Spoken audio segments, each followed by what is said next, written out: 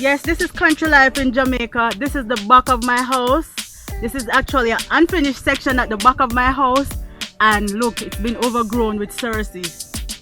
This is all Cerasee. Mamardica tarantia. I think that's what it's called. The scientific name. But people, comment in the comment section if you want me to send you some Cerasee wherever you are in the world. Look at that. And look what else we have. Papaya. Organically grown.